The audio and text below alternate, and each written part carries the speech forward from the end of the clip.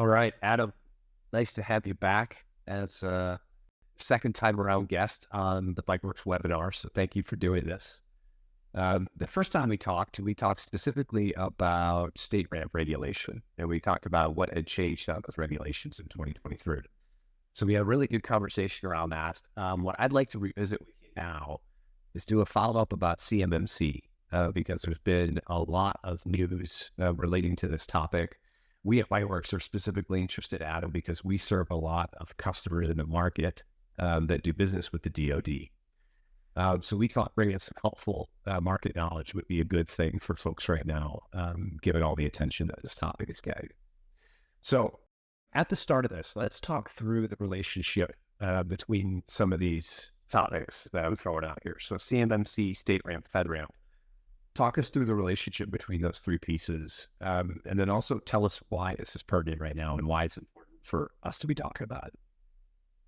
Right, and absolutely. I mean, to start with, the earliest version of this, information, people might remember FedRAMP if they ever serviced a federal agency before, right? And that is that if you're going to get authorization as a software company or a provider to work with, you usually would go through FedRAMP program, and then you'd end up basically your software would end up or your service would end up on a website, and you would be continuously audited to let them know that you're basically a safe, secure partner to deal with the federal government. When you look at the CMMC regulation, it over Boxing Day in 2023 got put into the Federal Register, right? So we heard a long, protracted rulemaking process was going to take us from CMMC 1 before CMMC 2, the draft was published. There was going to be this, 9 to 12, 14-month process where they were coming up with the rules. So that's over now, and it's now in the Federal Register, meaning it will take over as the rule under the Federal Acquisition Clause. So again, if you're part of the defense industrial base, if you do business with the DoD or you do business with people that do business with those folks, you're going to start to hear about their need to comply with CMMC.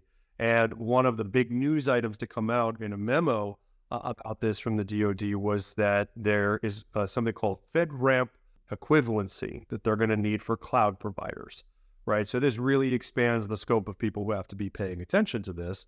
As a federal requirement, of course, you see each state starting to adopt the same requirements, right? So these changes, right, state to state on the StateRAMP regulation side, the equivalency for CMMC or people that need to worry about CMMC, it's really starting to broaden with these memos coming out, who's going to apply to it. So a lot more people that have probably not been keeping their ear to the ground on this are going to be, trying to fast follow and figure out exactly how they can comply with these regulations, or they're going to start losing contracts, not even realizing that they were even considering the scope for this. Yeah. So if you had to tell our audience who specifically should be the most focused on these updates right now, and who should be worried, who should be looking into this? Anybody that stores, accesses, processes information on behalf of an entity that is servicing either, the state and local governments that are required for FedRAMP or StateRAMP. Obviously, same thing with FedRAMP, right? If they have to be FedRAMP, certified, they're probably going to set up a scope that puts you in that using those tools and those data centers. And then, of course, if you're taking any sensitive information or your customers are, right, this is going to expand the scope for them as to becoming certified in order to service those contracts. So, as an example, right, you're an organization that services the DoD in some way, right? You sell chicken to the Army or Berettas to, the Army, and you've got, potentially sensitive information, controlled unclassified information. That puts you in the CMMC category, right? Because you now have either CUI or CTI, if it's the Beretta or the chicken in some cases. So that's a pretty broad group of folks. That's 300,000 organizations that are just in that catchment.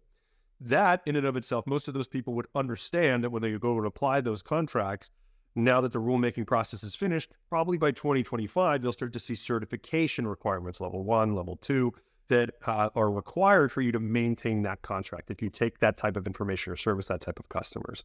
What is now also in scope, though, with this memo is the concept that if you are going to be a cloud provider for those organizations, so you want to do IT services, you want to do, Office 365 maintenance, you want to do firewall management, you want to hook into a desktop, you want to connect in, you're now considered a cloud provider. because you can access their systems, right? You potentially can process information on their behalf. If you have an app that is being sold to them, you now, of course, maybe can be transmitting information back and forth. Even if you don't actually have that as your core responsibility, you're part of the network, you're part of the ecosystem. And that puts you squarely into these FedRAMP, StateRAMP regulations, just for those customers that have CMMC requirements. So you could see how that automatically makes you now have to not only speak the language and understand what those customers are going through, even if you don't take in that information, you need to know what the requirements are for you as a cloud provider under that regulation, just to be able to support them as an MSP or even as just a software provider.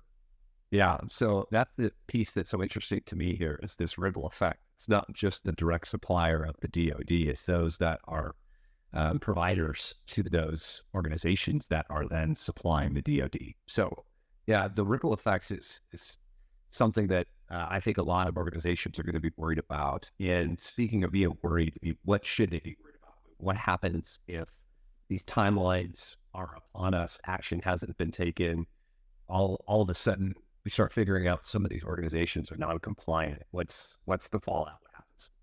Right. So let's talk about what happens right now. So when you start to make decisions in IT, you're probably making decisions maybe on a yearly contract basis when you go to purchase something like endpoint detection and response, or a contract with an MSP, right? At the minimum, those contracts are usually a year long. Maybe there's 3 years for a price, reduction or something like that, right? So if this regulation in 2025 is going to set up rules that prohibit those people that are working with the DoD from actually even applying to the contract or renewal for those contracts without that certification, then you're going to see the downstream effect of looking at a bunch of contracts is going to make very difficult business cases for everybody, right? Where, all of a sudden in 2024, I'm buying EER, I'm setting up these multi-year contracts with no out clause, and then it turns out that they weren't compliant, and then down the road, I've now prohibited myself from even servicing this type of customer that now has this mandate because I didn't plan ahead and purchase the right type of tools or the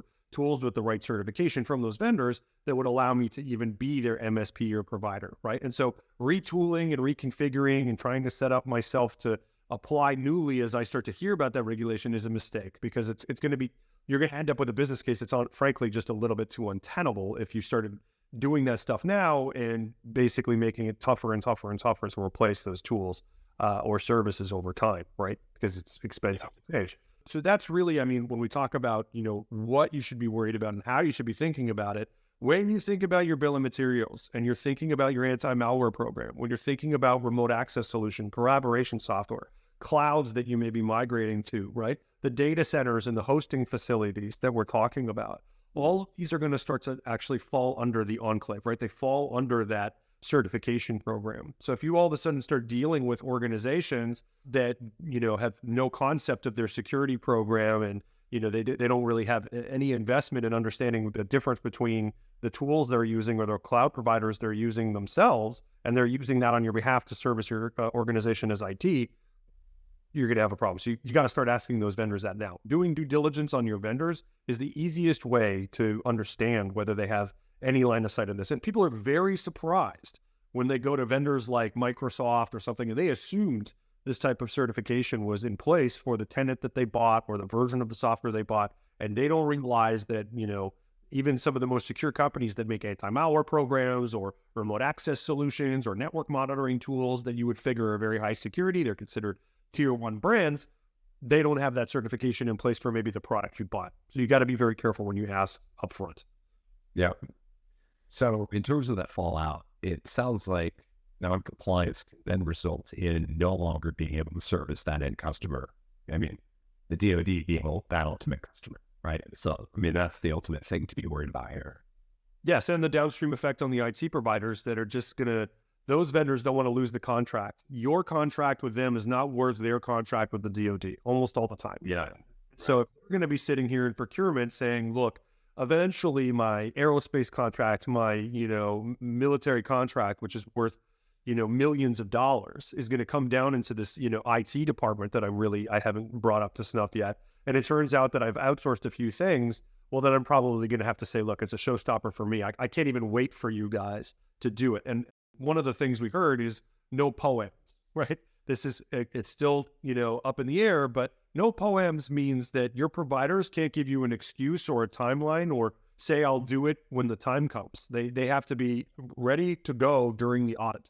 Meaning if you weren't FedRAMP moderate certified or equivalent as a provider, as an IT services organization servicing these clients, they're not going to give you an option to say, oh, we'll fix it if we win the contract, or we'll do this in 6 months.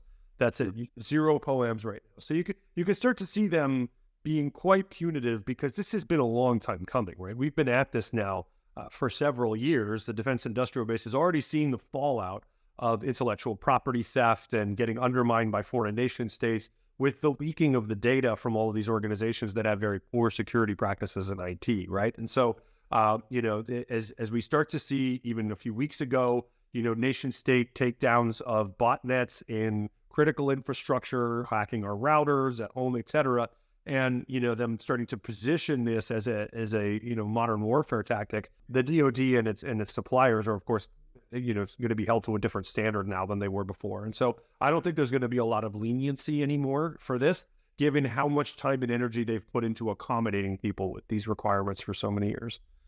Yeah, that's really strong stuff. So what do you recommend people are doing about this? What is the next step that they should take to prepare and get ready?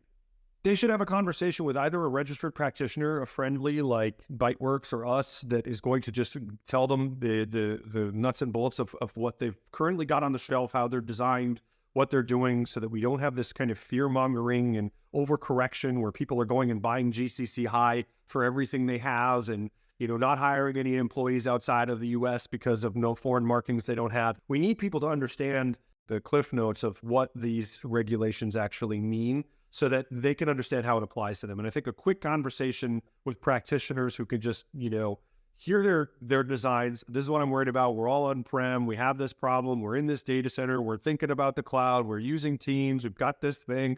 Just let them describe what it is that they have at play. And then you can tell them, look, this is where you should be concerned. Are you shopping for an EDR?